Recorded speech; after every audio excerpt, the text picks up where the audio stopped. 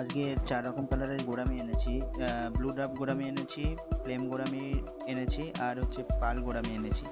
তো সেগুলোই আজকের যেখানে তোমার বসমুনি রেনবো ছিল, তো সেই ট্যাঙ্কেই আমি কিন্তু আজকে দেবো। তো এসেই কিন্তু সঙ্গে সঙ্গে জলে আমি ছেড়ে দেবো না, 10 মিনিট 15 মিনিট জলটাকে টেম্পারেচারের সাথে ম্যাচ করিয়ে নেবো। তারপরে আর কিছু রেডিমেড এরকমই কারোর অ্যাকুরিয়ামে হয়তো ছিল, তো সেই রকমই দুটো পেয়েছি বলে নিয়ে চলে এসেছি। এগুলো আঠা দিয়ে রেডি করব, পরে তোমাদের দেখাবো। এটা বড় অ্যাকুরিয়ামে দেবো, আর এই যেটা আছে ছোট, এটা কিন্তু পাল গোড়ামি অ্যাকুরিয়ামেই দেবো। তো ভিডিওটা শেষ পর্যন্ত দেখো, আশা করি খুবই ভালো লাগবে। কারণ যে অ্যাকুরিয়ামটায় ছাড়বো, ভিডিওটা দেখার পর তোমরা কিন্তু চোখ ফেরাতে পারবে না।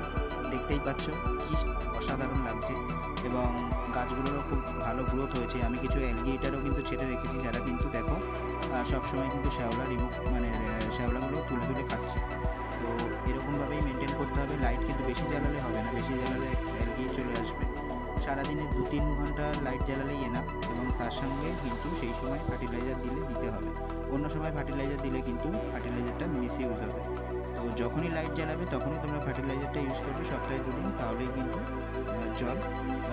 গাছ কিন্তু খুব ভালো থাকবে।